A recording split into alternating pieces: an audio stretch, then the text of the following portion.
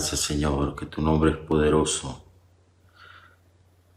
Tu palabra dice, Señor, que no hay otro nombre bajo el cielo dado a los hombres a través del cual nosotros podamos ser salvos. Solo el nombre de Jesús. Nombre sobre todo nombre. Gracias, Señor. Por eso nuestra oración la hacemos en el nombre de Jesús. Él es nuestra salvación. Él es nuestro Salvador, nuestro Redentor. Él es nuestra porción, nuestra provisión, entregada a nosotros para redención. Gracias, Dios. Gracias que hoy amanecemos celebrando la victoria que tenemos en el nombre de Jesús. Gracias, gracias, Señor. Gracias, Dios, gracias. Que sea asentada tu palabra, Señor, en nosotros. Gracias, Dios, que tu palabra, tu presencia disipe todo aquello que estorba a la comunión contigo, que estorba a que podamos recibir, Señor, lo que tú tienes para nuestra vida. Nombre hermoso es tu nombre, Señor. Gracias, Dios. Y te adoramos en esta hora con gratitud en nuestro corazón. En ese nombre pedimos para que Dios, todo aquello que necesita respuesta, que está, Señor, plasmado en nuestras peticiones, Dios, que tú seas propicio, Señor, a nuestra necesidad. Gracias, Padre nuestro. Gracias, gracias que tenemos Padre. Gracias, Señor, que tú suples cada necesidad, Señor. Dios, y lo haces conforme a tus riquezas en gloria. Gracias, Señor, que aunque nosotros con nuestros ojos naturales podamos ver limitación, escasez, tú, Señor, te levantas como poderoso gigante para traer la provisión que necesitamos. Si es emocional, si es espiritual, si es física, si es material, Señor, no importa cuál sea la necesidad, en ti encontramos esa provisión, Señor. Padre, por eso yo te pido que todos aquellos que necesitan de la salud tuya puedan en esta mañana recibir esa salud, Señor. Los cuerpos enfermos, en el nombre que es sobre todo nombre, en el nombre de Jesús, puedan ser sanados, puedan ser restaurados en el nombre de Jesús. Padre, pido insistentemente una recuperación milagrosa, Señor, sobre nuestra hermana Aida Guerra, sobre nuestra hermana Johanna, que ya está en casa. Señor, una recuperación milagrosa y rápida en el nombre de Jesús, en el nombre de Jesús. Oro por Bertalicia, Señor, y la intervención quirúrgica a que va a ser sometida hoy, y te pido que todo esté bien, que Bertalicia vaya en paz, en cuidado, en tranquilidad, Señor. Padre, a enfrentar ese momento de la mano con Dios, de la mano con Dios, en el nombre de Jesús. Padre, los cuerpos enfermos reciban sanidad en esta mañana. reciban sanidad en esta mañana. Llegue la salud de Dios visitando cada cuerpo enfermo y necesitado de ese toque milagroso del Señor. Nombre sobre nombre de enfermedad es tu nombre, Señor, en el nombre de Jesús. Gracias, Padre. Así aquellos que esperan respuestas oportunas puedan tenerlas en tiempo, en forma, Señor, en cantidad apropiada. Los que esperan respuestas del Señor en el nombre de Jesús. Ayer oramos, Dios, reclamando tu presencia en nuestras decisiones, el acompañamiento tuyo en nuestras decisiones.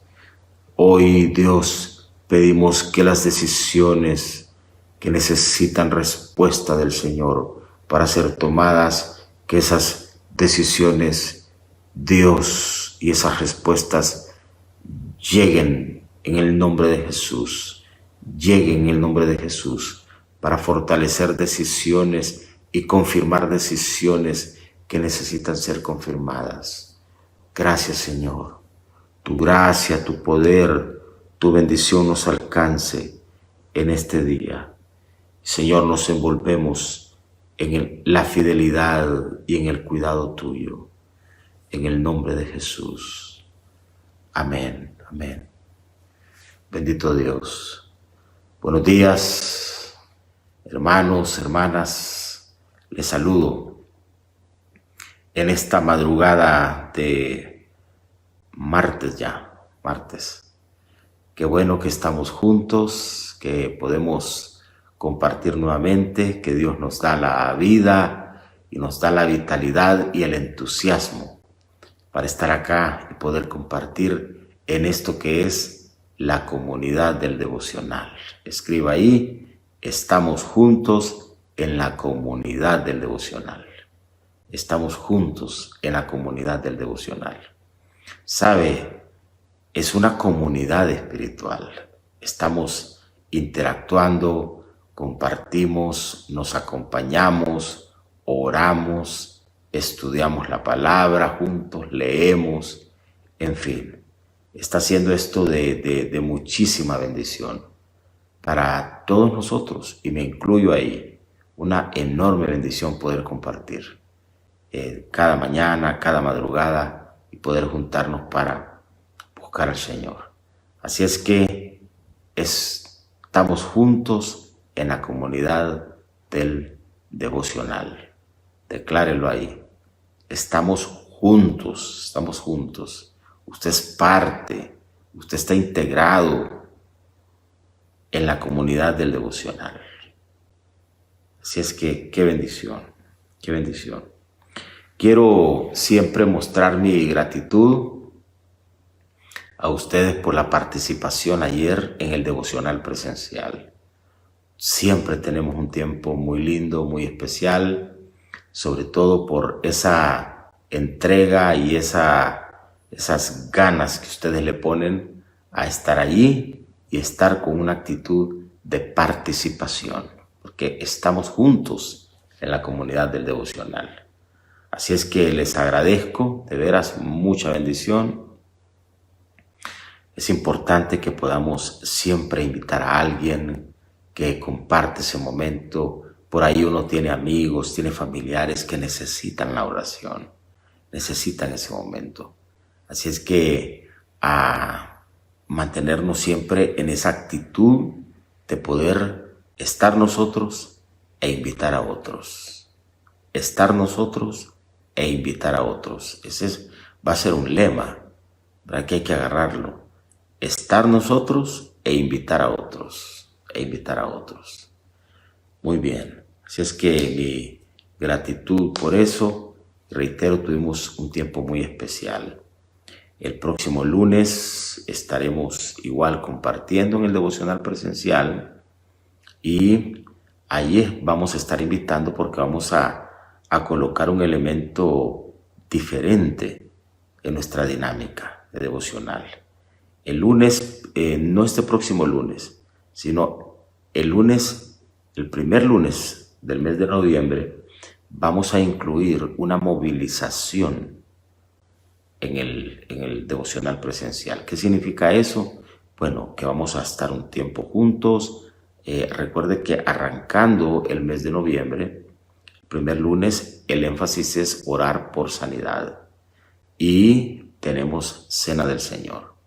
Pero vamos a incluir, una vez concluido el tiempo del devocional, vamos a movilizarnos con aquellos que se anoten para participar. Vamos a movilizarnos aquí en la zona que comúnmente se llama el Chiverito, esa zona de ahí, que hay bastante persona necesitada y necesidad en esa parte. Entonces vamos a ir ahí y vamos a llevar para que la gente coma, vamos a llevar ropa para tener una bonita proyección y un acercamiento a esta gente necesitada. Entonces este elemento lo vamos a colocar allí no este próximo lunes, sino el primer lunes de noviembre, pero les anticipo, estamos prácticamente a 15 días de eso, aún más de 15 días, pero les anticipo desde ya que vamos a estar haciendo eso. Y el próximo lunes yo voy a invitar para que la gente pueda llevar sanguchitos o jugos y cuestiones así, y podamos bendecir a esas personas que están ahí. Así es que vamos a pedir en su momento que la gente pueda anotarse, porque sí vamos a necesitar que nos anotemos para participar de eso. Muy bien, así es que aquí estamos nuevamente y gracias a ustedes por estar ahí. A darle compartir por favor a la transmisión para que nos conectemos con otros que necesitan también de este momento, algunos de repente despertarse para conectarse con nuestro devocional de este día. Estamos en la lectura de la primera carta escrita por Pedro. Hoy nos corresponde el capítulo 4. Interrumpimos esta lectura y reflexión por el fin de semana de celebraciones. Ayer nuestra celebración de oración de comienzo de semana. Entonces ya hoy nos conectamos en este formato, que es el formato a través de Facebook. Entonces retomamos lo que es la lectura y reflexión de este capítulo 4. Esta primera carta a Pedro tiene 5 capítulos, es decir, mañana estaríamos concluyendo esta primera carta y luego hacemos la introducción de la segunda carta escrita por Pedro. Luego vienen 3 cartas escritas por Juan y después de eso viene Apocalipsis, que es el último libro de la Biblia, Apocalipsis. Muy bien. Comienza este capítulo 4, Pedro, haciendo énfasis a esto: vivir para Dios. Diga conmigo, vivir para Dios. Qué importante este encabezado que coloca aquí el apóstol Pedro, vivir para Dios. Verso 1, dice: por lo tanto, ya que Cristo sufrió dolor en su cuerpo, ustedes prepárense, adoptando la misma actitud que tuvo Él, y estén listos para sufrir también. Aquí, hermanos, se coloca el tema del sufrimiento. Obviamente no se nos pide a nosotros ser crucificados o tener el sufrimiento que Cristo tuvo para nuestra salvación o para nuestra redención. En realidad lo que el apóstol Pedro está diciendo acá es que el sufrimiento es parte de la vida. El sufrimiento es parte de la dinámica de vida también. Y eso es la realidad que uno vive, se sufre por diferentes cosas. Y lo importante es que estemos preparados para eso. Porque de una u otra forma hay un tipo de sufrimiento que experimentamos desde que comenzamos a vivir. Sufrimos pérdidas, sufrimos embates relacionados con asuntos de la naturaleza, sufrimos a veces de traiciones, sufrimos de relaciones o por relaciones que sufren, valga la redundancia, ruptura, sufrimos a veces del desprecio, sufrimos a veces del odio, del rencor, de la animalversión de alguien, sufrimos por el desprecio de un hijo, por el abandono, en fin, el sufrimiento es parte de la vida. Y necesitamos nosotros prepararnos, no para esperar lo malo y estar en una actitud pesimista, sino para advertir que cuando nos toca sufrir por alguna situación, pues entonces no nos sorprendamos, sino que digamos, bueno, esto es parte de la dinámica de vida. Jesús sufrió en su cuerpo el dolor y pues el sufrimiento es parte de la dinámica de la vida. Y tiene un propósito el sufrimiento siempre en la vida. Es lo que está diciendo Pedro acá. Dice, pues si han sufrido físicamente por Cristo, han terminado con el pecado. Significa esto que aquellos que de alguna manera experimentemos sufrimiento por temas relacionados con Cristo, es que nos identifican a nosotros como cristianos. Y es que estamos ya en esa etapa diferente de ser gente redimida. ¿Sabe? Se sufre sin ser una persona redimida por Cristo. Es decir, por andar sin Dios. Pero también se sufre por ya ser cristiano, por vivir una vida como cristianos. También hay otro tipo de persecución, de sufrimiento que se desprende de nuestras convicciones. Entonces Pedro está diciendo, si ustedes están experimentando algún tipo de sufrimiento, pues eso ya obedece a que ustedes han prácticamente terminado con el pecado. Es decir, ya su vida es una vida diferente, es una vida renovada, es una vida renovada. No que el sufrimiento nuestro termina con el pecado, no. El pecado nuestro termina por el sufrimiento y la entrega de Jesús. Aquí está hablando, insisto Pedro, de aquellos que dieron ese paso o que dimos ese paso a la fe y que entonces, si hay algún tipo de sufrimiento, dice Pedro, es porque, bueno, ustedes ya están en otra condición. El pecado ya ha sido terminado por la salvación que se les ha entregado, pero ahora sufren no por el pecado, sino por ser cristianos, por ser cristianos. Y lo vamos a ver un poquito más aclarado adelante. Dice, no pasarán el resto de la vida siguiendo sus propios deseos. Entonces ve que está hablando de una nueva condición de vida, sino que estarán ansiosos de hacer la voluntad de Dios. Que esto ya obedece a la gente que ha nacido de nuevo y que su deseo no es pues andar como antes andaba, sino entrar en la dinámica de hacer la voluntad de Dios. Es típico de aquel que ha conocido al Señor. Quiere participar de la iglesia, quiere servir en la iglesia, quiere conectarse al devocional, quiere orar, quiere leer la Biblia, quiere estudiar, quiere crecer en la fe, quiere servir a otros. Es la nueva dinámica de vida. Antes que no estabas en el Señor, no era lo que tú hacías. Ahora en el Señor, pues tu deseo es diferente. Estás ansioso de hacer la voluntad de Dios. Hay gente que a mí me dice, pastor, yo estoy ansioso de que vuelva el otro lunes para que estemos juntos en el devocional.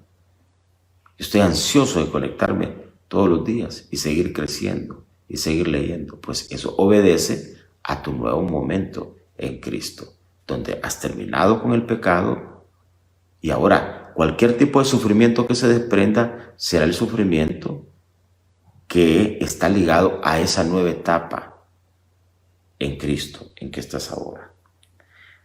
Aquí el verso 3 amplía un poquito eso. Dice, en el pasado han tenido más que suficiente de las cosas perversas que les gusta hacer a los que no tienen a Dios. Y aquí entonces se mencionan algunas: inmoralidad y pasiones sexuales, parrandas, borracheras, fiestas desenfrenadas y abominable adoración a ídolos.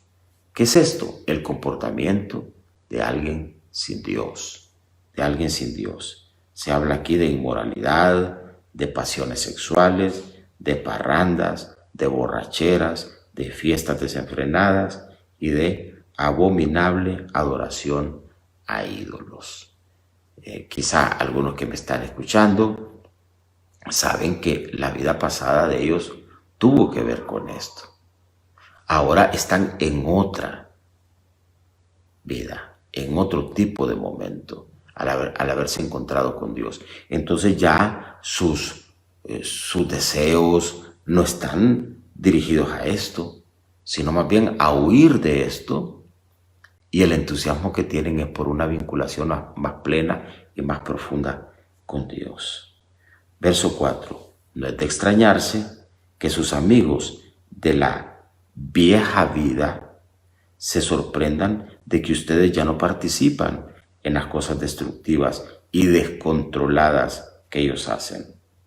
Así ocurre cuando tú entregas tu vida al Señor y de repente un amigo te ve en la iglesia, se sorprende y dice: vos ahí en la iglesia, no hombre, y vos no eras aquel inmoral que andabas en cosas sexuales, en parrandas, en borracheras, en fiestas desenfrenadas.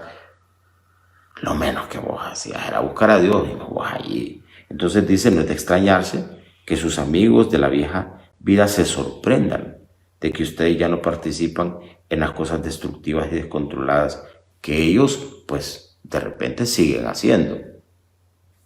Y ya usted no hace. Por eso dice: los calumnian. Porque así ocurre. Si alguien te ve mal, como él está mal, pues entonces se va a sentir identificado contigo. Pero si alguien de repente te ve tratando de buscar a Dios, de cambiar tu vida, entonces tú vas a tener algún tipo de calumnia. Alguien va a decir: no hombre, ese es un pícaro, hombre. Ese es un pícaro. No hombre, si ese yo lo conozco, hombre. ¿Qué va a estar si ese no tiene solución? ¿Qué va a estar ese? Olvídese usted. Y entonces tú vas a tener siempre a alguien que no comparta tu nuevo momento de vida, que no se va a sentir cómodo y que de repente te va a calumniar y va a decir que tú, a saber en qué anda ese. Si ese se metió en esa iglesia, es que a saber en qué anda ese tipo. Entonces, así es, como de repente vas a tener a alguien que te va a admirar, porque te conoció en esa pasada manera de vivir y va a admirar el hecho de que tú estés buscando a Dios y el hecho de que se observe un cambio en tu vida. Entonces dice: por eso los calumnian. Pero recuerden que ellos tendrán que enfrentarse con Dios. ¿Quiénes? Aquellos que no conocen al Señor. Tendrán que enfrentarse con Dios, quien está listo para juzgar a todos, tanto a vivos como a muertos. ¿Quién es el que va a juzgar? Dios. Tú no, ni yo. No. Todos seremos juzgados por Dios, tanto vivos como muertos, dice la Escritura. Por esta razón, la buena noticia fue predicada a los que ahora están muertos, aunque fueron destinados a morir como toda la gente. Los muertos espiritualmente, hay una consigna de Dios que la gente muerta espiritualmente pueda recibir el mensaje. Por eso nosotros predicamos el mensaje. Por eso estamos comprometidos con este tema de predicación del mensaje. Ahora dice: vivirán para siempre con Dios en el Espíritu. ¿Quiénes? Aquellos que estaban destinados a morir, que llegó el mensaje para ellos, que recibieron salvación cambió sus vidas. Pasaron de estar muertos en delitos y pecados a un estatus de vida plena en Dios. Aquellos cuyo destino era la muerte, que estaban en el ámbito de la muerte, recibieron ese mensaje. Usted y yo estábamos en esa condición. Recibimos ese mensaje. Nuestro destino era morir, la muerte en todo sentido. Pero ahora vivirán para siempre con Dios en el Espíritu. Con Dios. Entonces ahí está una vez más reafirmada la relación con Dios, el encuentro con Dios, la salvación a través de Dios y una salvación que tiene eternidad, el sello de eternidad para nosotros.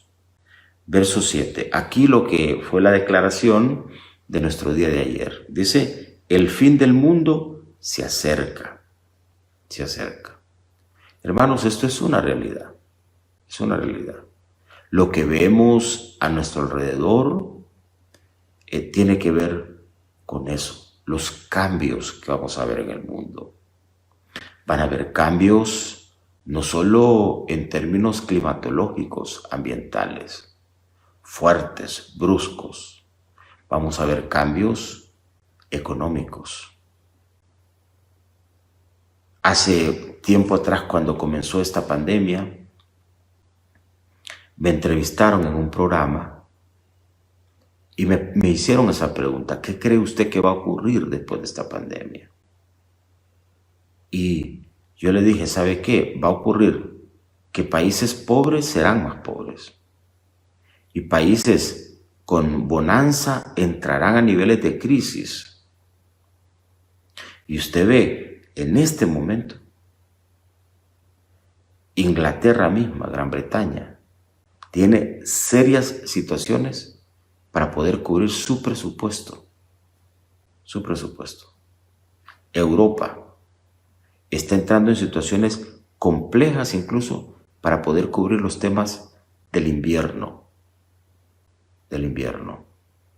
Estados Unidos tiene una situación muy complicada en términos económicos. O sea, no crea que solo Honduras, no. El planeta está sufriendo eso. Está sufriendo eso. Entonces, vamos a ver cambios bruscos en términos económicos. ¿Por qué? Porque las potencias, aquellos que creen que tienen la agenda en su mano, buscarán la forma de cambiar el sistema económico del mundo. Las formas, las monedas, todo eso. Ya usted escucha la criptomoneda, las monedas que son digitales, que no son físicas. A través de esas monedas se buscará controlar los temas de corrupción, los temas de narcotráfico, los temas relacionados con todo ese tipo de cosas donde hay flujo de dinero físico. El dinero físico buscará suprimirse y entonces la gente tendrá que acudir a otros formatos para poder comprar. A eso está vinculado esa marca, que es la marca del anticristo. Es que los seres humanos tendrán que poder hacer transacciones económicas a través de ciertas modalidades diferentes. ¿Por qué? Dice, nadie podrá comprar ni poder hacer ningún tipo de transacción si no tiene eso. Entonces, como ve, está íntimamente ligado al tema de compra-venta, al tema material. Bueno, de eso vamos a hablar un poquito más adelante. Si Dios nos da la vida e incursionamos ahí en el libro de Apocalipsis. Miraremos algunas de estas cosas. Pero el tema es, el fin del mundo está cerca. Cambios ambientales, cambios económicos, materiales, cambios políticos. Ustedes ven una presión en el mundo porque que tomen fuerza algunas posturas que son anticristianas, políticamente hablando. Eso es así, eso es así. En el mundo está pasando eso. En el mundo está pasando eso. Y a mí me dice la gente, no, pero esos países europeos son países adelantados. No, son un cascarón. Son un cascarón. Tienen la apariencia de ser sólidos, pero vea usted, esta pandemia puso de rodillas los sistemas de salud de muchos de esos países. Los puso de rodillas. Entonces son frágiles. Da la apariencia que son avanzados, que saben más, que la educación, que todo esto. Pero ¿en qué están educando a sus hijos? ¿En qué? ¿En valores? ¿En principios correctos? ¿En apego a Dios? No. Entonces son frágiles. Esas economías que aparentan tener toda la fuerza para sostenerse, verá usted lo que le digo, van a caer, van a caer. Y a nosotros nos dicen países tercermundistas, porque no estamos dispuestos a abrazar ese tipo de cuestiones y que vamos a retroceder. No. El país que se apegue a Dios va a estar sólido, va a estar sólido. Porque es lo que Dios dice. Bienaventurada la nación. ¿Qué significa bienaventurado? Feliz. Bienaventurada la nación cuyo Dios es Jehová. Cuyo Dios es Jehová. Vuelvo a leer, el fin del mundo está cerca. Por consiguiente, es decir, en función de eso, seamos serios, dice Pedro, y disciplinados. Y note usted cómo el tema de la oración está colocado acá como algo vital antes de la venida del Señor. Es decir, Pedro está diciendo, tomen seriamente la oración y sean disciplinados orando. Hermano, yo sentí hacer este tiempo del devocional. Sé que para algunos ha significado tener que aprender a levantarse temprano. Pero yo les animo a que manejemos con seriedad esto y ligado eso a una actitud de disciplina permanente. Conservemos la disciplina de estar aquí buscando al Señor, porque note usted, la oración es algo vital previo a la venida del Señor.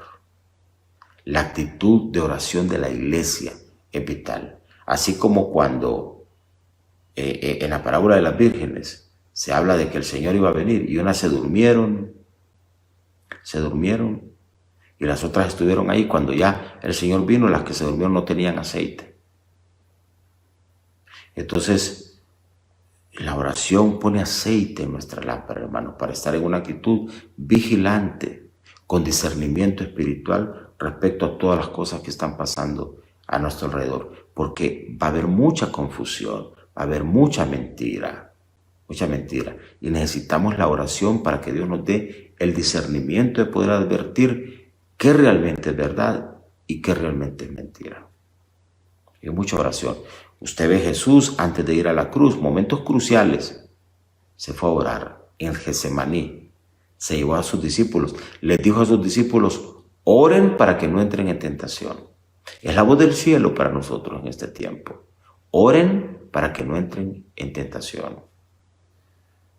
Así es que, por consiguiente, ya que el fin del mundo está cerca, sean serios y disciplinados en sus oraciones. Claro, tú hablas de esto y te van a decir que estás loco. Ah, hombre, el mundo no se va a acabar. ¿Cómo se va a acabar el mundo, hombre? No, hombre. Esas son teorías, esos son los evangélicos tontos, los cristianos tontos que se inventan esas cosas para meterle miedo a la gente. No, hombre, eso es mentira, hombre, el mundo no se va a acabar, no te preocupes. Dice la Biblia que así es. En el tiempo de Noé, cuando Noé hizo el arca, nadie le creyó. Y lo vieron hacer el arca. Se rieron de él, ¿por qué? Porque en el lugar donde Noé hizo esa arca no llovía. Entonces la gente va a decir que va a estar lloviendo. O al fin del mundo, ¿qué es esa cuestión? Bueno, entraron los que obedecieron y se salvaron.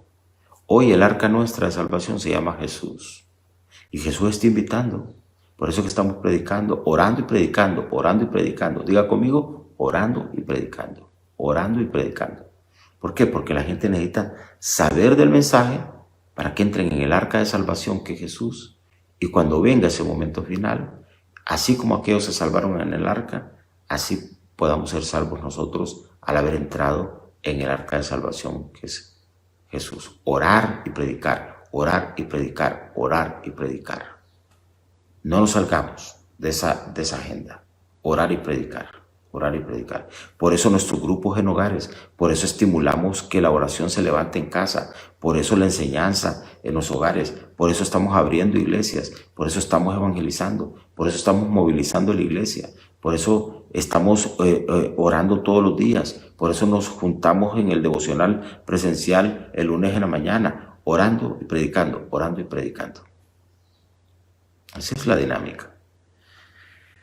Y con responsabilidad y disciplina. Porque claro, la oración, miren los discípulos allá en el Getsemaní se durmieron. Miren las mujeres con las lámparas se durmieron. Por eso requiere disciplina esto. Requiere disciplina. Verso 8. Lo más importante de todo, dice Pedro, es que sigan demostrando profundo amor unos a otros, porque el amor cubre gran cantidad de pecados. Entonces Pedro hace énfasis también al tema del amor, del tema relacional, el tema del afecto entre nosotros. ¿Saben, hermanos?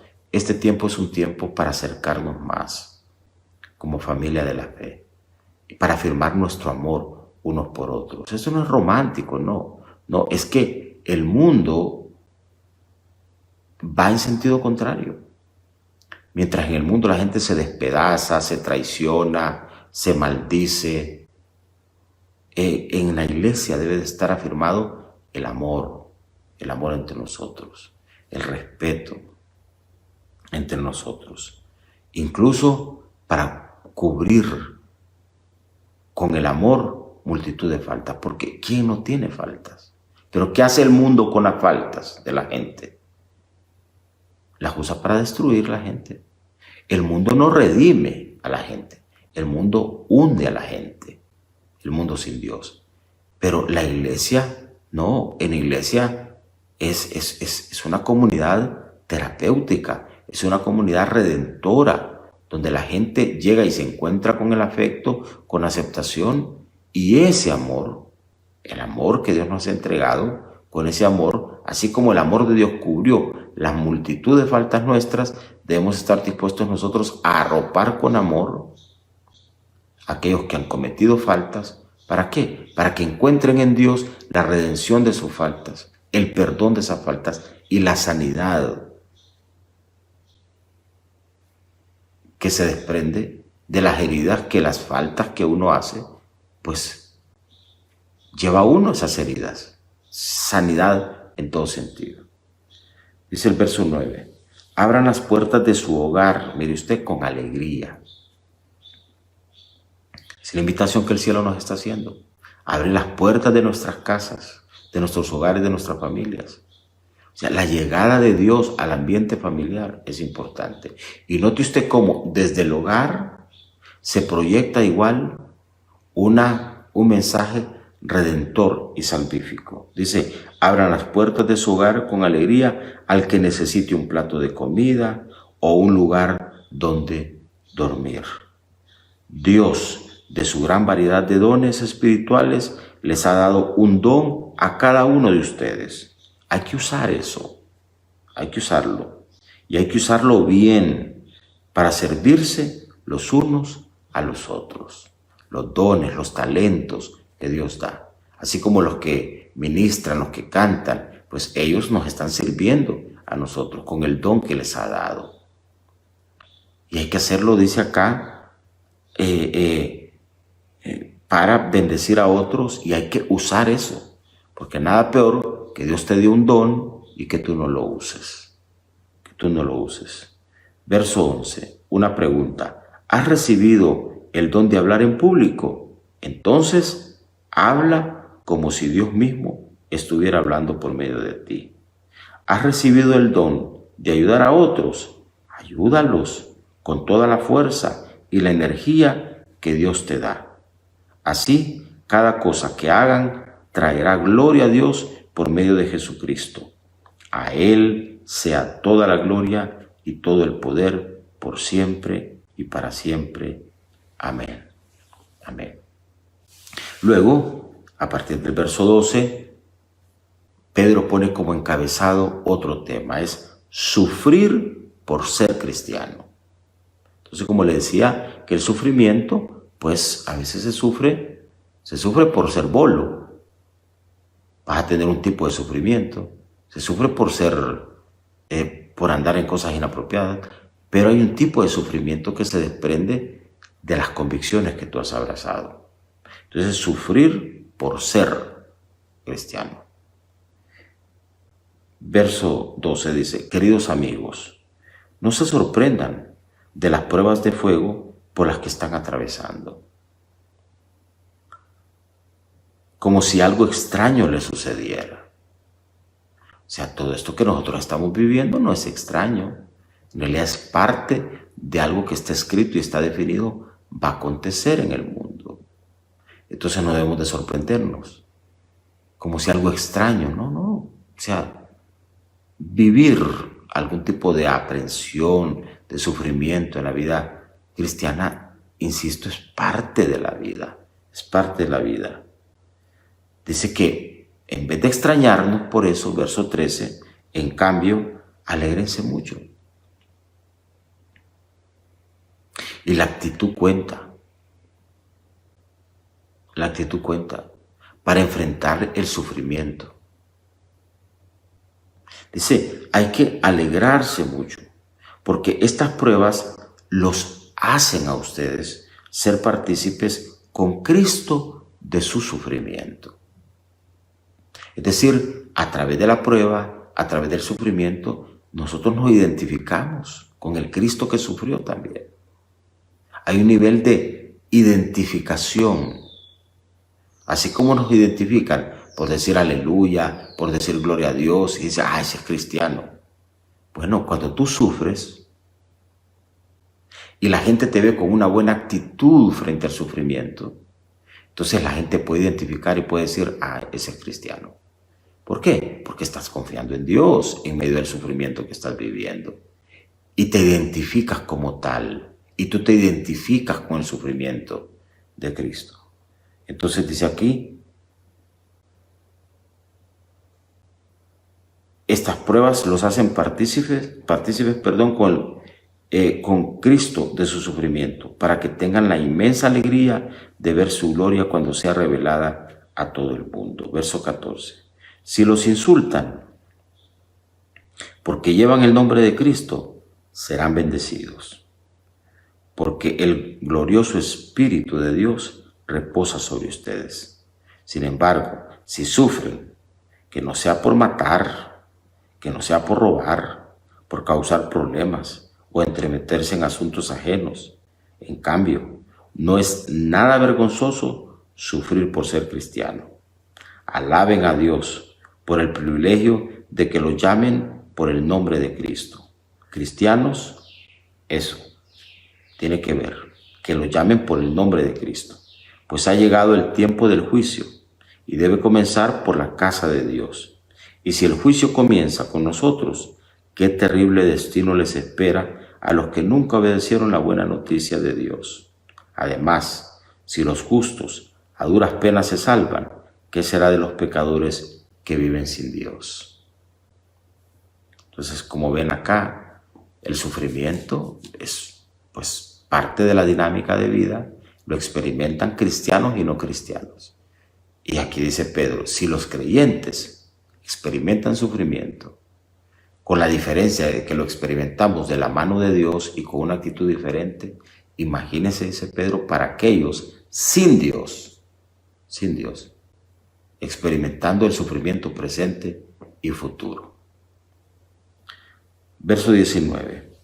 De modo que si sufren de la manera que agrada a Dios, sigan haciendo lo correcto y confíenle su vida a Dios, quien los creó, pues Él nunca les fallará.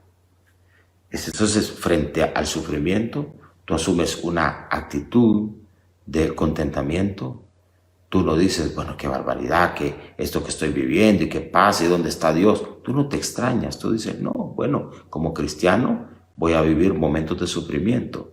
Pero la diferencia es que frente al sufrimiento yo puedo tener una actitud cristiana, comportarme como cristiano.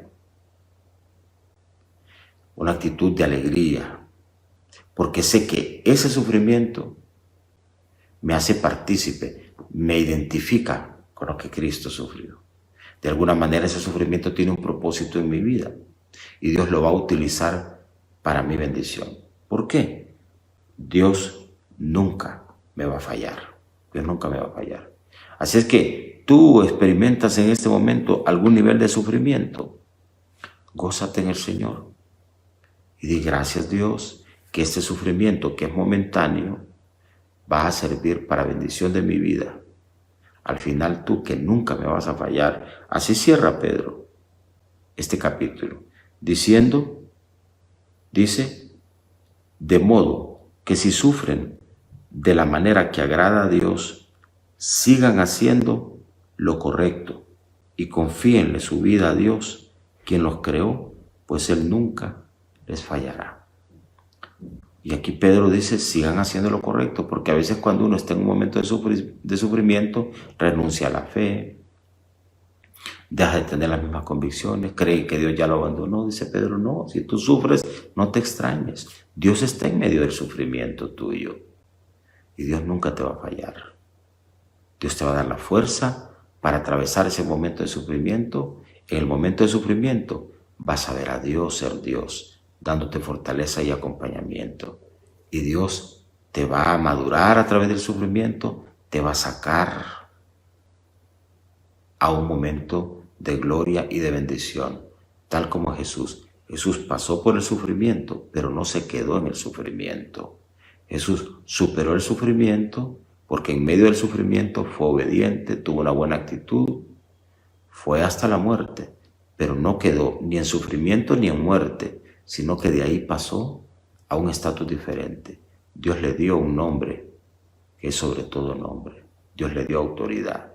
Hermanos, aquellos que sabemos pasar por el sufrimiento de la mano de Dios y entendemos el sufrimiento en forma correcta y asumimos una actitud correcta, no nos quedaremos en el sufrimiento.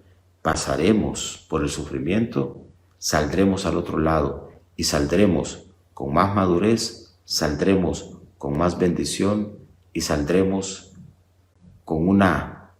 en un estatus diferente y en un enfoque diferente frente al mismo sufrimiento. ¿Por qué? Dios no nos va a fallar. No te olvides nunca de esto. En medio del sufrimiento, Dios está contigo. Dios nunca te va a fallar. Dios te va a sacar de ahí. Tú, mientras estás en ese momento, a asumir una actitud correcta, de alegría, de confianza en Dios, porque Dios está contigo. Dios está contigo, sin duda alguna. Muy bien, vamos a ir concluyendo. Espero que nuestra reflexión de hoy haya sido de bendición para ustedes. Mañana el capítulo 5 de 1 Pedro, con lo cual vamos a estar cerrando la lectura de esta primera carta a Pedro. Bendecidos, les pregunto. Bendecidos, ¿cuántos me dicen amén a eso? Yo digo amén. Muy bien, en medio de todas las pruebas, en medio de todas las dificultades, a no perder de vista que no solo está la dificultad, Dios está ahí, en medio de la dificultad, para traernos su bendición y su cuidado. Abracemos con fuerza, hermanos, al Señor en este tiempo. Aferrémonos a Él. No renunciemos a nuestras convicciones. No, al contrario, hagámoslas firmes. Si hay tiempo donde hemos tenido la oportunidad de afirmar quiénes somos como cristianos, es en este tiempo, en este tiempo. Así es que el sufrimiento no te haga perder la fe, que el sufrimiento no te doblegue. Al contrario, que el sufrimiento te haga afirmar la convicción de que a través de ese sufrimiento tú te identificas con Cristo y Cristo que sufrió se identifica contigo. Es decir, Dios se identifica con los que sufren porque Él sufrió. Él sufrió. Muy bien. Ahora les comparto ya para cerrar lo que es nuestra declaración de este día. Déjenme buscar acá. El pastor Wilfredo me envió esto en la madrugada que... déjenme, aquí está. Muy bien. Dice acá, Bueno, interesantemente, nuestra declaración de 1 de Pedro capítulo 4, verso 16, habla del tema del sufrimiento. Declaración para este día: no es nada vergonzoso sufrir por ser cristianos. No es nada vergonzoso sufrir por ser cristiano. Eres joven, se burlan de ti porque eres cristiano, di gloria a Dios, que por ser cristiano, pues me señalan, me critican, me dicen cualquier cosa. Pero mantener sólida nuestra actitud y nuestra postura cristiana. Muy bien, no es nada vergonzoso sufrir por ser cristiano. Padre, te damos gracias. Permítenos en medio del sufrimiento tener la actitud correcta y poder saber que el sufrimiento nos hace identificarnos contigo, porque a través del sufrimiento podemos advertir de alguna manera lo que tú sufriste. Pero igual ese sufrimiento hace que tú te identifiques con nosotros porque tú sufriste, Señor, y tú nos entiendes. Gracias, Dios, que eso lo que nos significa es que tú estás cerca de los que sufren, con la intención de ayudarlos y apoyarlos. Hermano y hermana, en tu sufrimiento no solo estás tú, está Dios contigo. Y Dios en su corazón tiene el deseo de bendecirte, acompañarte y hacerte pasar por esa etapa para sacarte en victoria y en bendición. Recibe en medio de tu sufrimiento la paz y la fuerza del Señor. Alégrate, hermano, alégrate, hermana, en Dios. Confía en el Señor. Él es fiel y Él te sacará a tierra de bendición. Gracias, Dios. Celebramos y declaramos que no es nada vergonzoso sufrir por ser cristianos. Gracias, Señor, por la fe que tenemos y la salvación tan grande que nos has dado. Bendecimos este día con gratitud, en el nombre de Jesús. Amén y amén. Muy bien, que el Señor les bendiga. Espero que nos encontremos el día de mañana. Tengo por ahí algunas fotografías. Mándenme más fotografías de cómo están llevando su devocional de forma personal ahí en casa. Mándenme fotografías al 3390-5000. Muy bien, Dios mediante, mañana nos encontramos nuevamente acá, en esto que es la comunidad del devocional, con el pastor Alberto Solorzano. Les abrazo con cariño. Bendiciones.